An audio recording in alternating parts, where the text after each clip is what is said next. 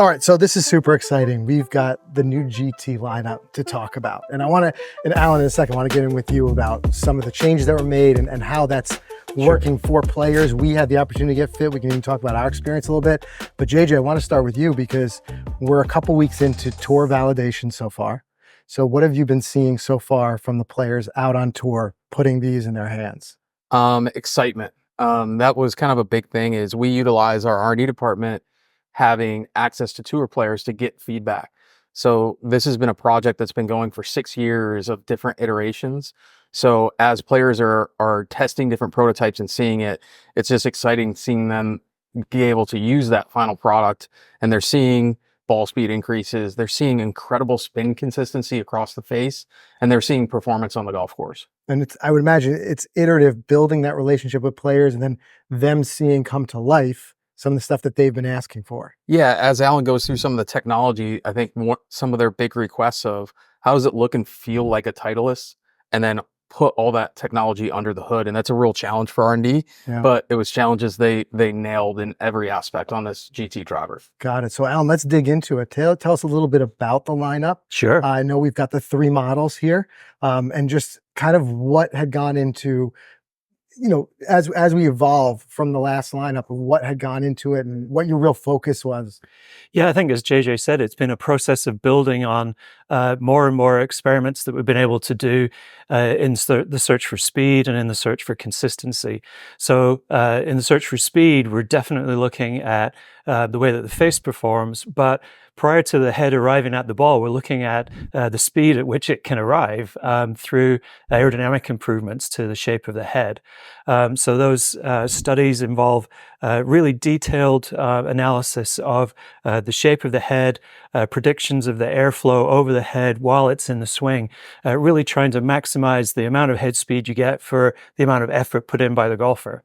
When you do that, though, one of the classic problems in driver design is that the most aerodynamic shapes are maybe not the best shapes for other performance metrics. Things like, where do we put the center of gravity? How large is the moment of inertia? So we have to try and optimize all of those different variables instead of just trying to maximize any one of them. So give and take. Yeah, and if we can get it right, then there's absolutely more in total, in that we're not just sort of giving and taking, we're trying to find synergies between all the different variables that we're designing with. Gotcha. So if you could just quickly take us through the 3. Yeah, I think this is the key. This is the construction difference that you guys probably didn't see on the tee, but that's part of the tour inspiration, is they're required, that tour player wants it to look like a Titleist. Right. So they're going to hide a lot of the technology Alan just talked about. That's right. If you just got fitted, you probably didn't know that this driver is made in multiple pieces,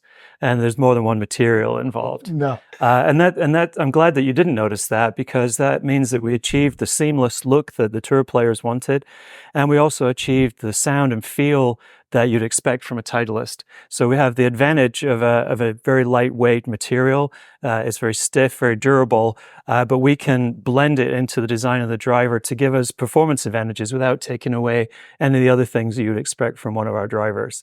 So this is a pretty incredible new material. We're using a very lightweight, it's a carbon-based material, but it's not a material of the type that you would have seen anybody else using in the golf industry. It gives us the advantage of being very stiff, very light, and it means that we can take weight that would otherwise be in the top part of the driver, in the crown part of the driver, and we can move it elsewhere in the head.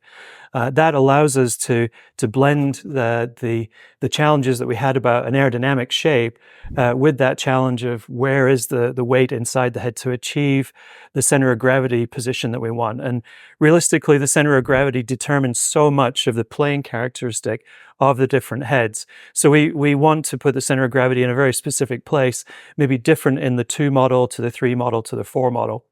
And we can use this same technique differently in the 3 different heads to achieve those different characteristics that we're looking for.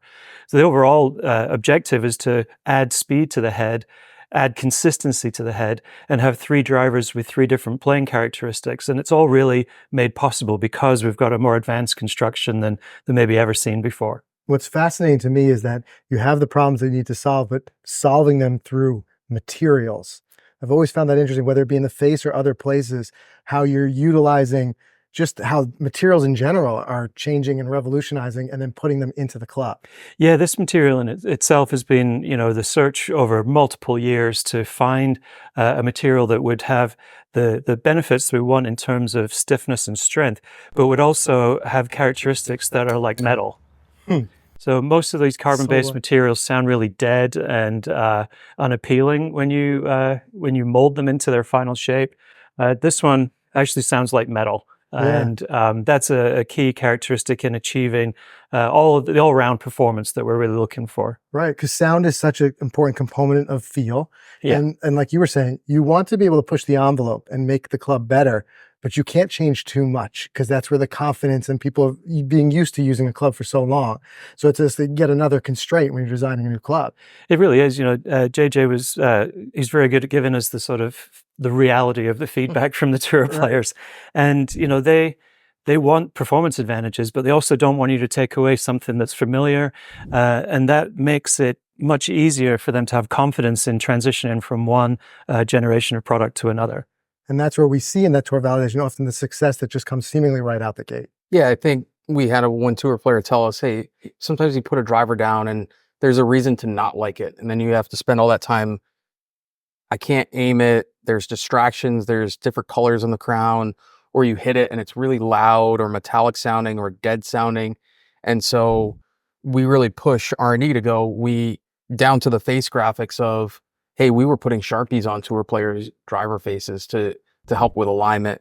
We were doing things in sound to kind of find that sweet spot. And so R&D does such a good job of taking that feedback, quantifying it, and go, can this help everybody? Yeah. How can we hit it? I'm sure you guys experienced with your first shots with GT that you get this really loved it, rich kind of explosive feeling off the face. Yeah, I felt it right away. And it's funny because I said that to a fitter right when I was done. It's like, that sounded different. Like the look to me was almost similar. It was familiar because of coming out of the TSR, which I absolutely love.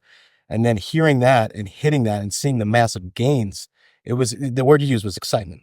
I felt it firsthand, no doubt. Because there's a lot of intangibles that breed confidence for us as golfers. And one of them is that sound. Mm-hmm. The other thing is consistency can mean a lot of different things. Like we throw that word out there. Mm-hmm. What kind of, for me, stood out was how consistent the spin was in our fitting. Yep. So it just seemed like every time we're within 100 RPM, let's say. So what did you do to kind of work that in where you're able to get more consistent spin numbers, and what does that translate to for golfers?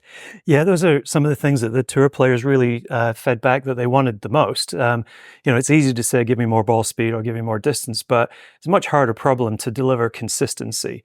So there are some subtle effects that we do here. One of the advantages in having the lightweight crown is that we can take weight that would have been in the crown, and we have a choice to make about where to put it in the head. So we actually have chosen to put it in a sort of balanced fashion, forward and rearward in the head. We're looking to achieve a center of gravity position that is maybe slightly further forward than it was in the TSR line without giving up on the MOI of the head or the overall stability of the head. And that characteristic, that combination of slightly more forward center of gravity while maintaining the stability of the head, is the thing that really drives that spin consistency. Yeah, and there's no doubt that MOI in general is a buzzword that's out there. It's in the vernacular now, but Sure. I would imagine there's a lot more that goes into consistency. There is, people would like you to believe that MOI equals straightness or something really basic like that. That's not really true. The moment of the inertia of the head is a measurement of its rotational stability. So where does that come into play? Really, when you hit significantly off-center shots. And by significantly, I mean sort of greater than ½ inch off-center. And the number of times that you actually do that per round, relatively low. So you can think of inertia or moment of inertia as almost like an insurance policy for those small number of occasions where you hit significantly off center. Right. And if you really prioritize that as a designer, then you can produce large MOI numbers, but at what cost? Yeah. And I think that's the question that we've asked ourselves. If we're trying to design total performance for some of the best golfers in the world, what are their real needs? And then you extend that to amateur golfers and to dedicated golfers all over the world. How do you balance the design of the driver differently for all those players. We do like moment of inertia, but we don't put it as our highest design priority. And the different designs, the 2, the 3, and the 4 model within the Titleist range give different priority to MOI versus CG position and head speed and things like that. Again, because we've studied the different golfer types that would use each one. Gotcha. And can you tell us a little bit about that, the 3 different heads? So start Sure, with yeah. the 2. So the 2 would be the largest of the overall shapes as you see from a dress. So for that, you would argue it has the greatest priority on mass distributed away from the center of gravity. So the highest moment of inertia. Likely the model that you get fitted into if your impact location varies on the face quite greatly. And potentially you get fitted into this model if you really just struggle with trajectory height. So this model will be fitted to a very large percentage of the total number of players out there. Very easy to hit, forgiving, high ball speed, high ball speed coming from good head speed, and the face design. The face has been updated since TSR as well. In TSR, only one of the models got a technology that we call speed ring, and that really enhances ball speed and ball speed consistency.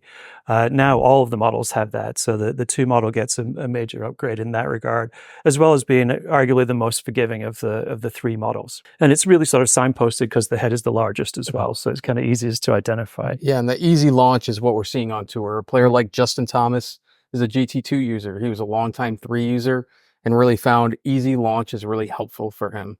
And so he can get ball speed consistency, but it really helps him create launch without trying to hit up on it, which really helped his driving.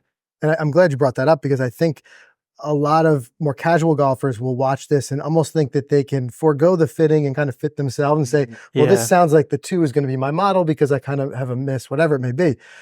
But I think the proof that that's not the reality is that even at the highest level on tour, you've got guys playing multiple different models. Yeah, and that's the key here, because as we move into GT3, there is some fitting capabilities in CG movement that are advantageous even to somebody who might think they're a 2 user. That fitting might find that 3 opens up some other options. Yeah, we've definitely been encouraging, people like JJ's team throughout the world not to fit off a spreadsheet. So they know the specs of all the players currently.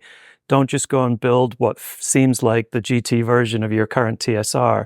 You'll potentially miss some of the advantages if you do that. So definitely treating it like it's a very new opportunity for all the players all over the world. The 3 model, though, does continue to have weight adjustability in the toe heel direction.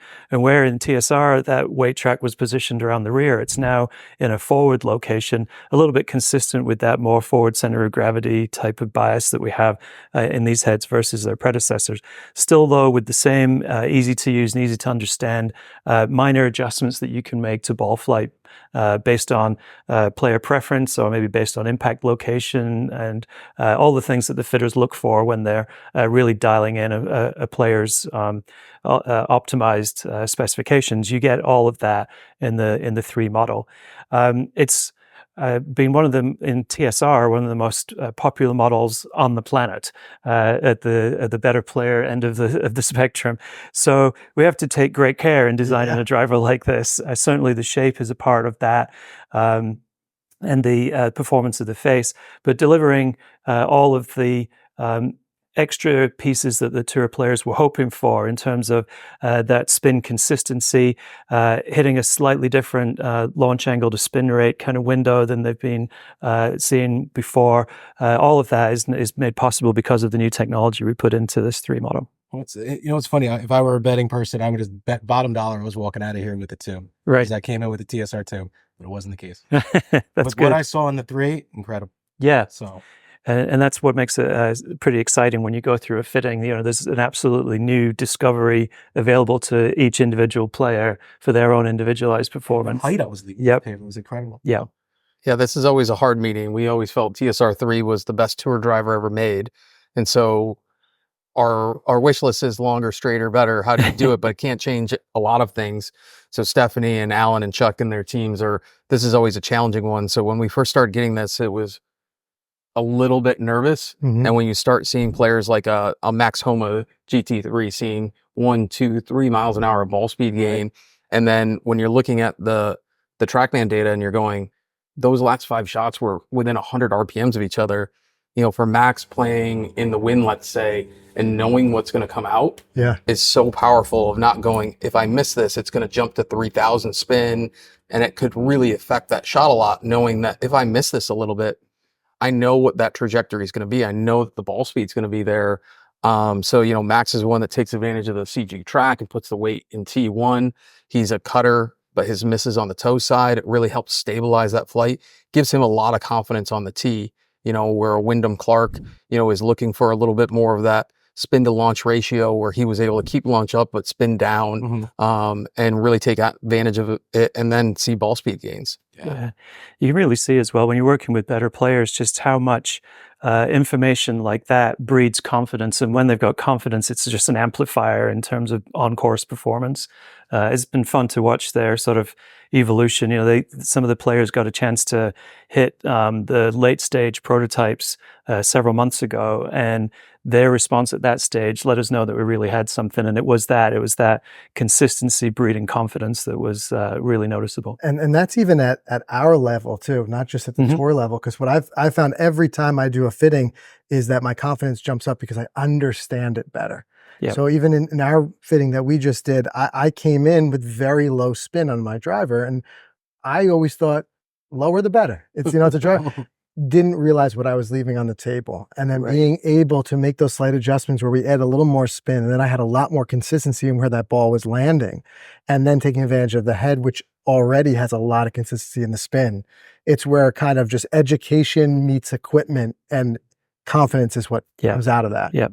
It's the beauty of the fitting. You can blame your equipment for that hour.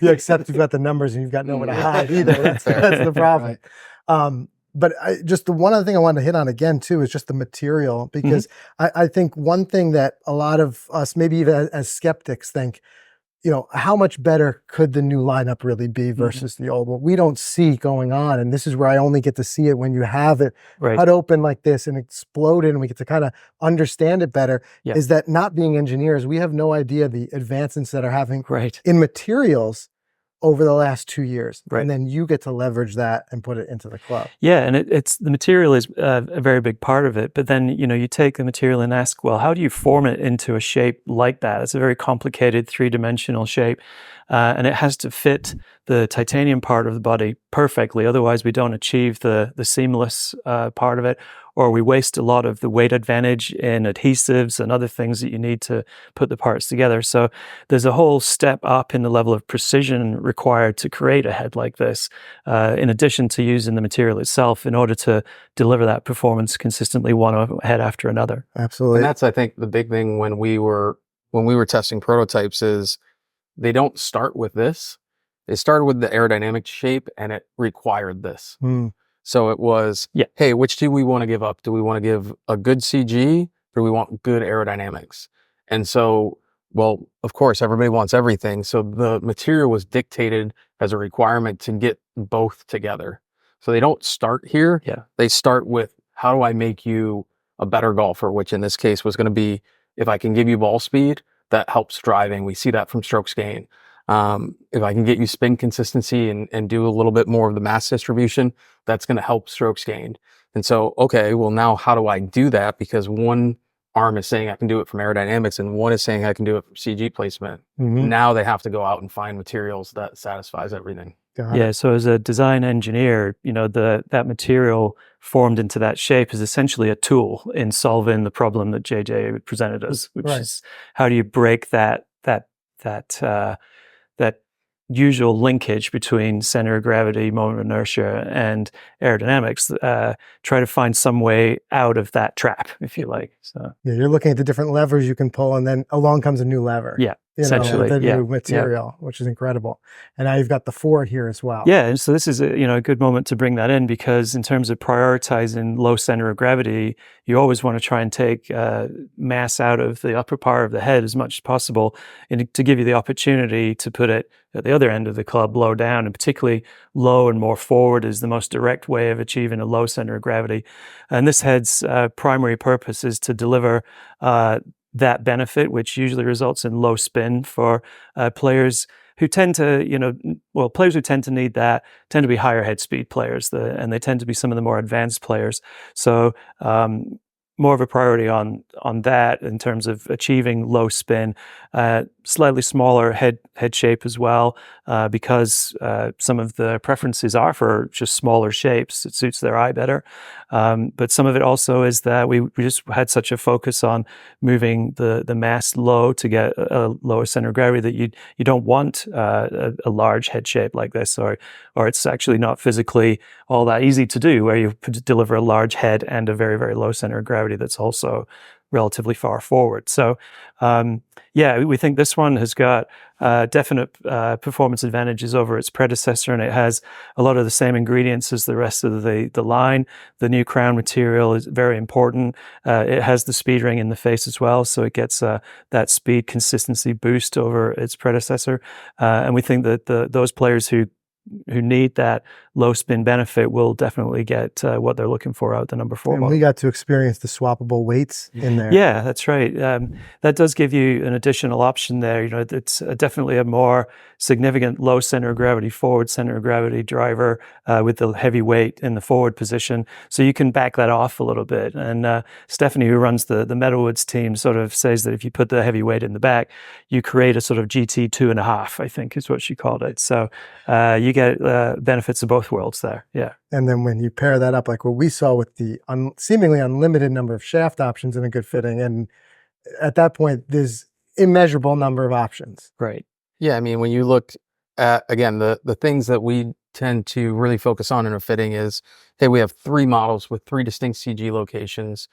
But then, when you look at forward aft CG adjustability in the 4, you have heel toe adjustability in the 3. But not to forget, we have SureFit Hosel. We have 16 settings for loft and lie adjustments that we're using every day on the tee. So if I walk out with just 9 degree, 2, 3, 4, plus 16 Hosel settings, plus the CG settings on 4 and 3, you can really, even with one shaft, get a lot of benefit, because what we're finding is that shaft just kind of helps fine tune it, but this head is going to drive that performance, and it's going to show you all the benefits. And like I said, we're seeing that even at our level, not just on the tour, but just having where a fitter has that unlimited seemingly options. It's just because as we have a lot of similarities as golfers, but we're also vastly different in the way that we play. We saw today how you and I have completely different paths and the way we approach the ball, but there was still a way that you could fit both of us using that. So what was your fit today? So what I ended up having, I was able to bring my spin up a little bit. And just, again, that was still same with, you see with the tour players, the familiarity was nice. Coming from the 2 and then coming back into like that 2 and just being able, like, okay, there's familiarity here, but there's differences in ways that I didn't expect. Yeah. Being able to bring the spin up and keep that spin consistent, I ended up achieving much more height. And where we play, New Jersey, New York, we get a lot of very soft conditions, especially in the spring and in the fall. And I don't want to rely on low and run it. I'd rather carry it there. So we saw the carry distance jump way up. The total distance up a bit too. But now I'm just more confident I can carry the ball there. And it was those bunkers, those dog legs, that'll be really helpful. Yeah, exactly. And so GT2? GT2, yeah. GT2. I was GT3, and I was finding more height. I was hitting the ball real low before, and more height, which was leading to more distance. And I got to brag for a second, because I'm a 10.5 handicap. I have never seen 170 ball speed in my life. Not even in the sim trying to be a long drive hitter, joking around. And I hit it today. When he said it, I said, stop it. No way. I couldn't believe it. Did you get that one on camera? We got that on camera. We got it. Well done. And it was like 169.8 or something. And I was like, stop, no way. Yeah. And I felt like I didn't even swing hard. So that told me everything I needed. So GT3 sold, tenside blue shaft, a little bit longer shaft than last time. I'm a different golfer from 2 years ago. My game has changed a lot in 2 years between the lessons and just body's changing and everything. And I don't know, I feel like I fit like a glove into this one. So I'm excited to get it in my hands. I really am. Nice. Yeah. Yeah.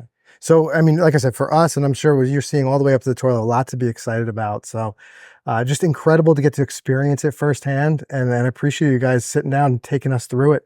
It's just, Yeah, hopefully all your listeners go out and sign up for a Titleist fitting to experience this. Again, I think you made the best point. Go in open-minded, experience all the models, see which one's going to fit you best, which setting, which shaft, and all that combination, and you're going to enjoy it on the golf course. yeah, I love a little bit of that blind fitting too, where they don't tell you what you're about to hit. Don't tell me Just what I'm take hitting. that bias out. But I think where we have benefited the most through the years is setting all bias aside, and which is why I said that earlier about don't just look and say, well, this one seems to be, speaking of it being the most forgiving, that's for me. It doesn't necessarily mean to be true. And just like we said with the GT3, if you're missing in one spot, maybe that weight shift is going to be perfect for you. So same, we would encourage you guys, go out and experience it.